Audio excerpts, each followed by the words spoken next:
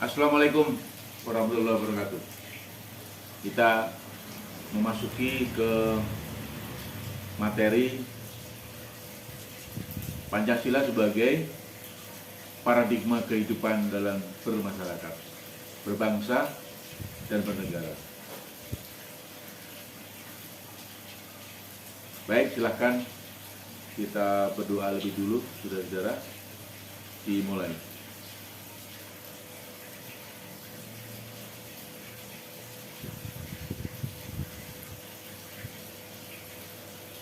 Selesai. Baik, kita mulai. Pancasila sebagai paradigma kehidupan dalam bermasyarakat, berbangsa, dan bernegara. Apa sih paradigma? Coba sambil mengikuti perkuliahan daring begini, coba pikirkan, apa itu paradigma?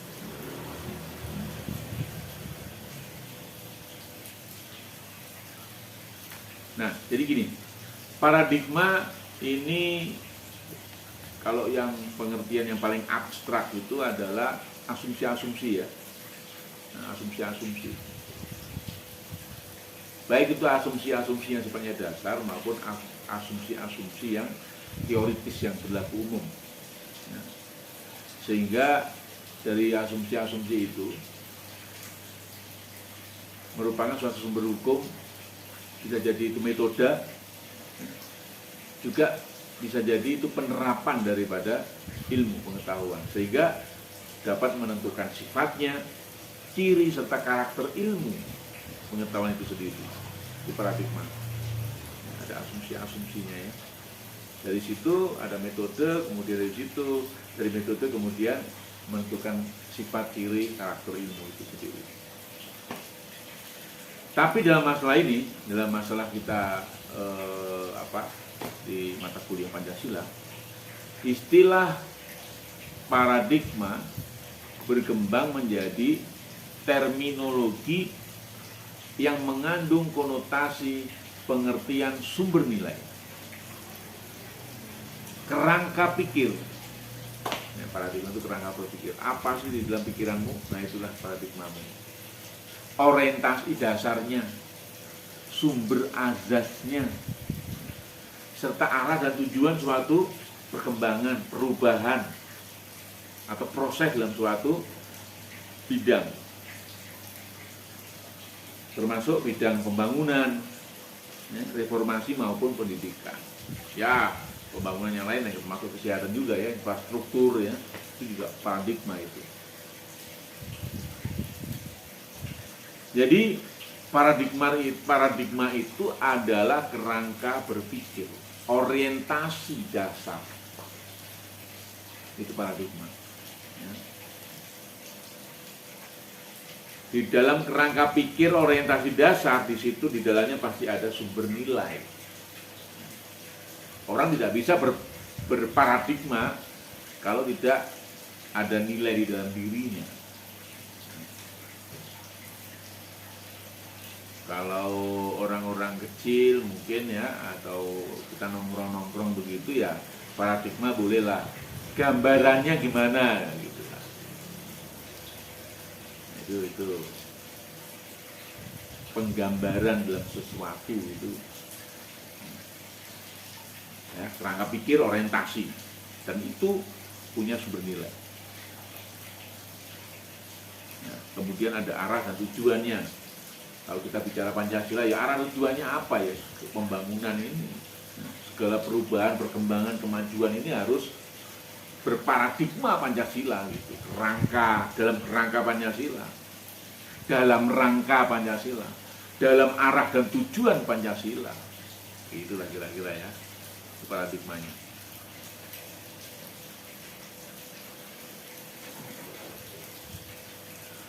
Oke. Ya. Kemudian Pancasila sebagai paradigma pembangunan. Saudara, setiap bangsa, setiap negara itu pasti melakukan pembangunan ya. Tentu pembangunan suatu negara itu punya paradigmanya masing-masing. Negara-negara barat yang liberal dan kapitalis itu ya pasti pembangunannya yang tidak jauh dari liberalisme dan kapitalisme. Tidak jauh dari situ. Begitupun yang komunis. Paradigma pembangunan dalam negara-negara komunis juga tidak jauh dari komunisme, cita-cita komunisnya. Gitu.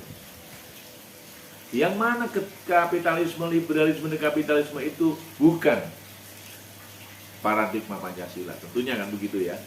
Karena itu pertentangannya dengan Pancasila itu. Kalau dalam rangka pembangunan suatu negeri, suatu negara, kemudian pembangunan itu dibutuhkan orang-orang politik atau orang-orang jabatan-jabatan politik di negara itu. Tetapi kalau jabatan-jabatan politik itu kemudian prakteknya adalah kapitalisme, berarti yang mengkhianati Pancasila. Pakai duit, ya dia itu namanya mengkhianati Pancasila karena berdasarkan kapital. Baik kapital politik itu dari kapital partai politiknya maupun kapital dalam diri pelaku-pelaku politik.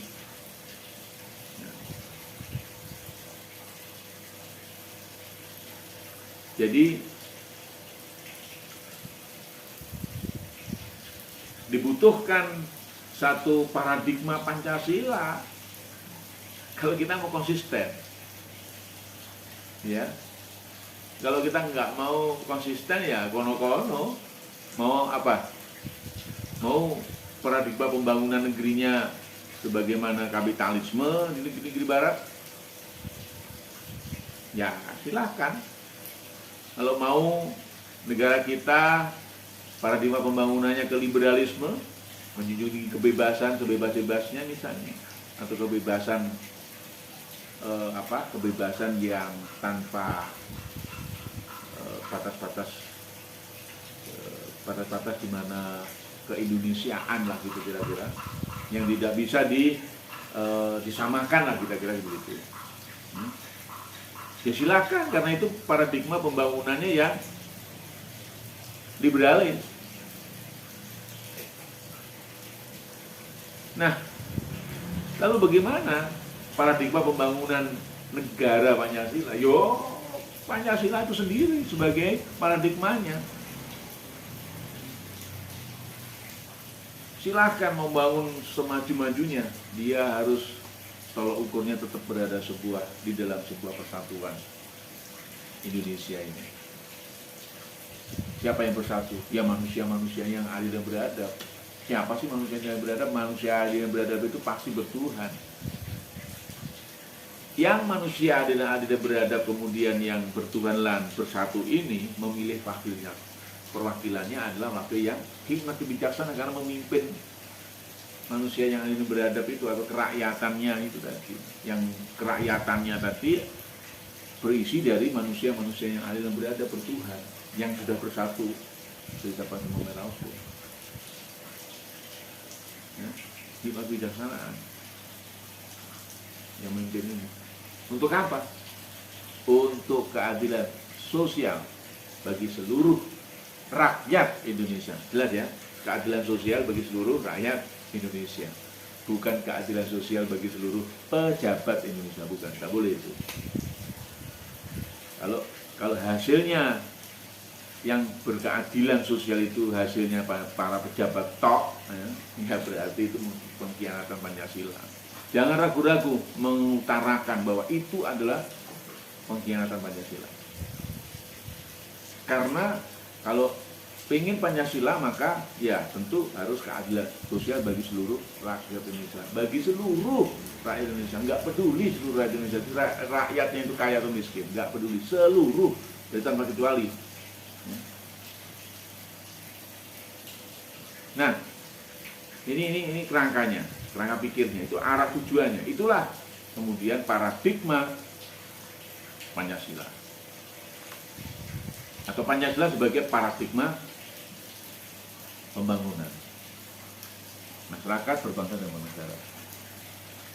Pembangunan nasional harus meliputi aspek jiwa yang menyakup akal, rasa, dan kehendak. Ya, termasuk aspek raga, aspek individu, aspek sosial, aspek pribadi, dan juga aspek kehidupan ketuhanan. Ya, itu pembangunan nasional Indonesia.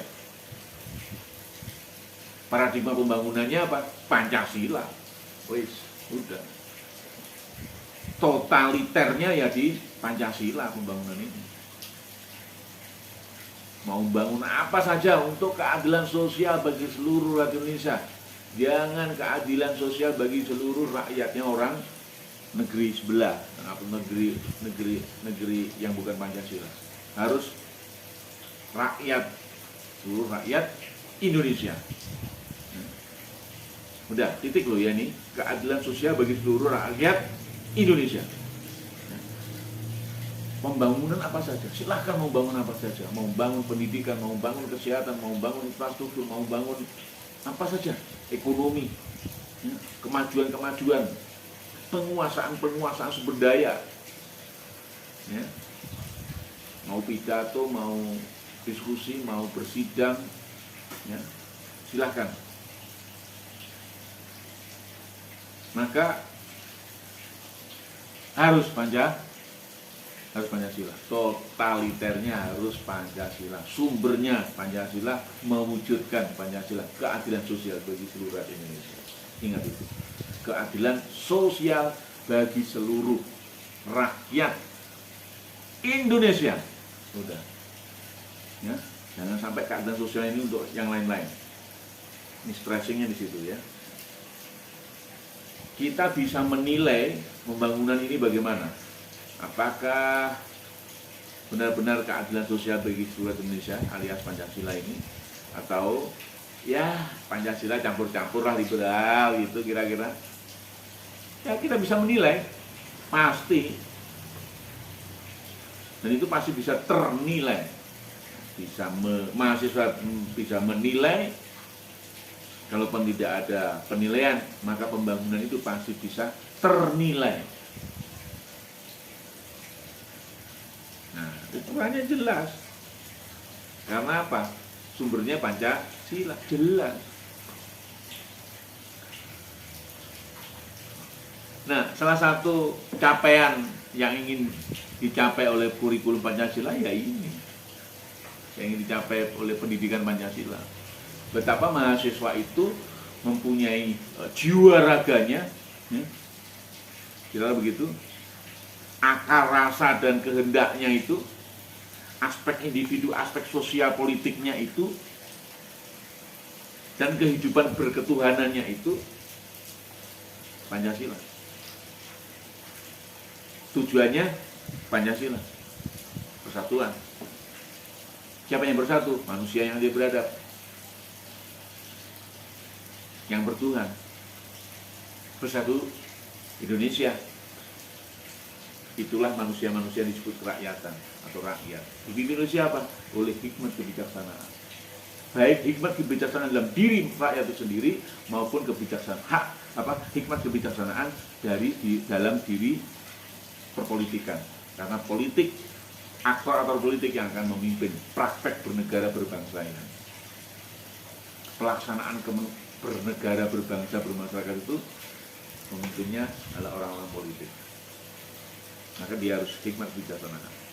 Untuk apa semua itu? Untuk mewujudkan keadilan sosial bagi seluruh rakyat Indonesia.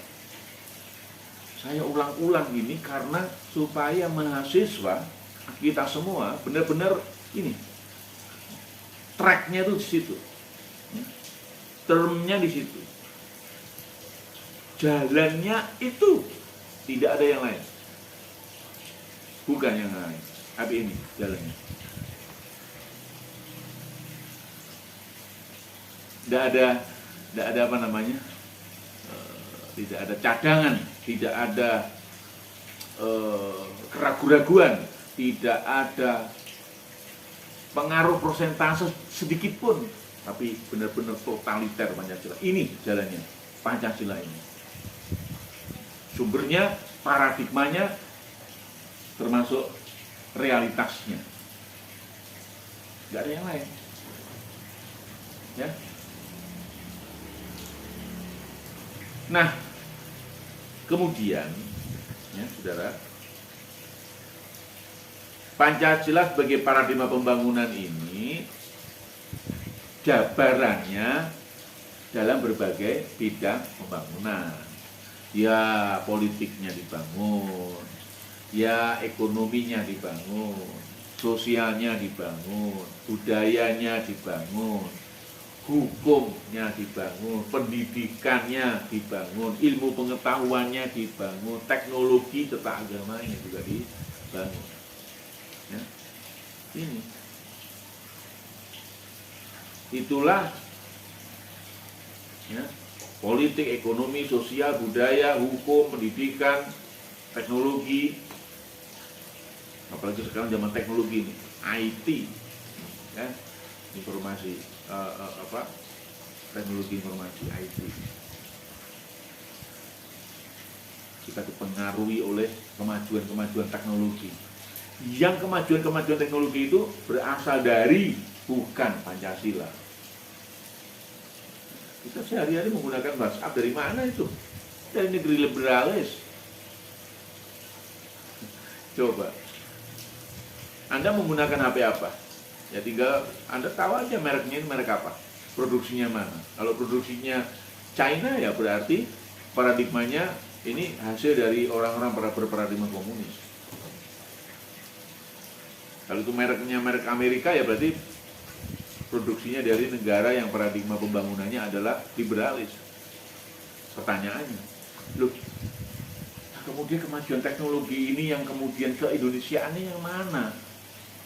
Ini loh kosong, atau setidaknya belum terisi penuh, atau setidaknya masih isinya masih sedikit sekali. Ini harus dituntaskan. Lajunya pembangunan harus dicepatkan, gitu. Diisi oleh Indonesia, ke-Indonesiaannya. HP merek Indonesia, teknologi yang kita gunakan, ya jangan WhatsApp kalau begitu, jangan YouTube kalau begitu, jangan Facebook kalau begitu. Itu semua bukan milik negeri Pancasila. Coba bikin. Nah gitu. Karena kita sekarang di zaman dimana zamannya adalah zaman teknologi, begitu pesat teknologi itu, dan itu semua didominasi oleh negeri yang bukan ideologinya Pancasila. Masa Pancasila konsumen? Masa negeri Pancasila ini konsumen? Masa negeri Pancasila ini hanya menikmati hasil karya orang lain? Masa nggak bisa orang-orang Pancasila ini memproduksi supaya produksinya bermanfaat bagi orang-orang lain yang selain Pancasila alias ideologi negara-negara lain? Coba ini kita pikirkan ini. Semua, bukan hanya mahasiswa dalam perkuliahan seperti ini, semua, ya, terutama pemangku politik itu harus ngerti dia. Mereka harus ngerti nih pemangku politik. Mereka ini yang mau negeri ini mau hijau, mau hitam, mau merah, mau putih, mau apa, mereka kok. Ya kan? Coba contoh kecil saja, contoh yang nyata. Betapa hiruk pikuknya DPR membahas yang namanya Undang-Undang Cipta Kerja yang berasal dari eksekutif, dari pemerintah. Ketika DPR sama pemerintah membahas ini, Undang-Undang Cipta Kerja, tokoh-tokoh masyarakat berdemonstrasi menyampaikan aspirasinya, baik dari kelompok-kelompok buruh, kelompok-kelompok intelektual yang lain, menyampaikan aspirasi. Bahkan salah satu fraksi partai di DPR RI sampai tidak mau bertanggung jawab terhadap Undang-Undang Cipta Kerja. Apa yang terjadi? Di judicial review ke Mahkamah Konstitusi, dan putusan hakim Mahkamah Konstitusi memutuskan, meskipun bersyarat, meskipun itu masih nanti 2 tahun lagi pelaksanaannya selama masa 2 tahun. Ya. Tapi yang pasti substansi putusan Mahkamah Konstitusi bahwa Undang-Undang Cipta Kerja inkonstitusional, tidak tidak sinkron, tidak secita-cita dengan Undang-Undang Dasar Negara Republik Indonesia tahun 1945. Apa maknanya kalau inkonstitusional suatu undang-undang? Coba. Nah, ini loh. Ya. Ini kita ini problem-problem namanya pembangunan, paradigma berbangsa bernegara ini, ya. Begitu. Harus begitu. Kalau nggak begitu ya berarti mengkhianati Pancasila. Harus Pancasila. Dan Pancasila itu harus begitu. Ya. Yang seperti yang saya jabarkan di depan tadi. Kalau enggak berarti mengkhianati Pancasila. Gimana sih? Ini substansi, saudara. Gimana paradigma pembangunan harus bersumberkan Pancasila. Dengan menggunakan Pancasila. Arahnya juga Pancasila. Tujuannya harus Pancasila. Wujudnya, realisasinya juga harus Pancasila. Jangan ngomongnya Pancasila, tetapi capaian prosesnya dengan liberal, ya, menggunakan alat-alat pemahaman, alat-alat pemikiran dari yang selain Pancasila, kemudian malah kemudian wujudnya atau realisasinya bukan Pancasila. Waduh, ini sudah sebuah pengkhianatan yang tidak bisa ditoleransi. Kalau begitu. Kalau kita mau konsisten Pancasila, ya sumbernya Pancasila, menggunakan Pancasila untuk dengan arah dan tujuan Pancasila, hasilnya Pancasila, keadilan sosial bagi seluruh rakyat Indonesia itu. Ya kan? Keadilan sosial bagi seluruh rakyat Indonesia. Rakyat Indonesia itu siapa? Kerakyatan yang dipimpin oleh hikmat kebijaksanaan dalam permusyawaratan perwakilan. Wakil-wakil rakyat, baik wakil rakyat itu ada di eksekutif yang kita pilih itu, ya, presiden, gubernur, wali kota, bupati, ataupun wakil-wakil yang ada di legislatif, DPR, DPD, atau yang di yudikatif, hakim-hakim agung yang dipilih oleh wakil-wakil kita di DPR, atau hakim-hakim konstitusi yang dipilih oleh DPR.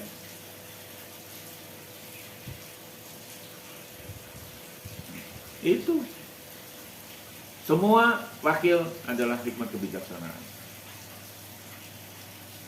Karena rakyat kita sudah bersatu, yang bersatu itu adil dan beradab manusianya dan bertuhan. Ini jangan dikhianati ini masing-masing sila ini. Ini kristalisasi namanya. Ya. Baik, ini terakhir. Bukan terakhir ya. Ini bagian yang lain, bagian-bagian sebelum video yang ini saya akhiri. Yaitu Pancasila sebagai paradigma reformasi.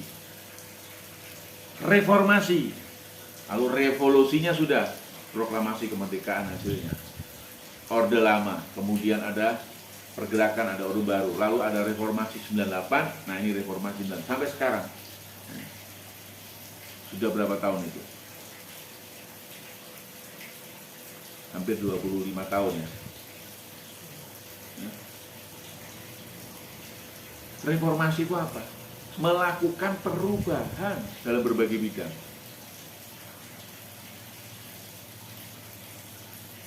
Ya. Kemudian ada reformasi, misalnya reformasi total.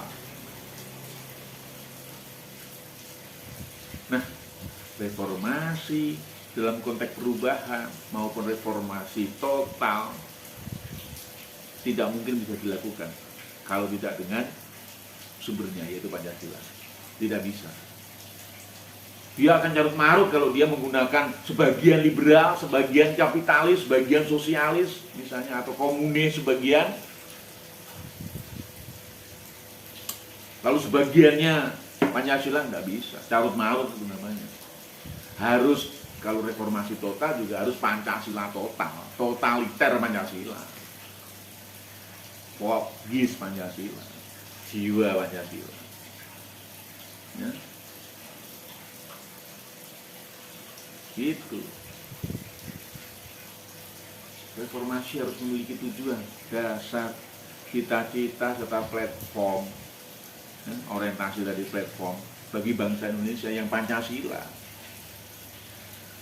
Itu. Oke, terima kasih. Kita ke video materinya, kita lanjutkan materi paradigma ini